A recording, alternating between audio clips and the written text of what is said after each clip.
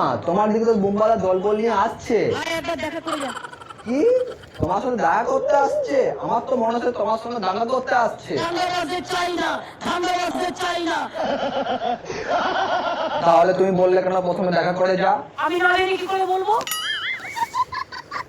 আমি ক্রিমিনাল হলেও আমি তো একটা মানুষ। দিদিমা, বুমবাদা ক্রিমিনাল বলে ও দাড়ি কাটা সময় পায়নি। আমার তো মনে হয় ওর মেশিনটাই খারাপ হয়ে গেছে। মা ভাই বলে মেশিন খারাপ হলে পালিয়ে যাবেন না কিন্তু। আপনি তো জানেন যে আমি আমার মাকে কথা দিয়েছি যে 2 মাসের মধ্যে খাল কাটার কাজ শেষ করবো। দিদিমা, বুমবাদা তখন খারাপ কাজ ছেড়ে দিয়ে ভালো কাজ করছে, এতে কি আপনি খুশি? এরই খুব খুশি, কারণ এগুলো আমার স্বপ্নের প্রজেক্ট। দিদিমা, একটা কিন্তু ভুল করেছে, আমাকে কাজে নেয়নি। কিন্তু ভুল ধরাটা আমার কাজ নয়।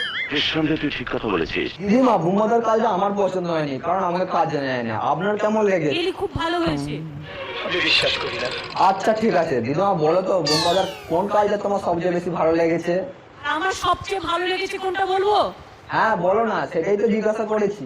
হাত পাখা। দিদিমা বলতে পারবে এই কাজগুলো কবে চালু হয়েছে? এবং আমাদের সরকার আসার পরে এগুলো আমরা চালু করেছি। দিদিমা, বুমবাদা একটা এত সুন্দর কাজ করলো খাল কাটার, ওর উদ্দেশ্যে কিছু আপনি বলবেন না?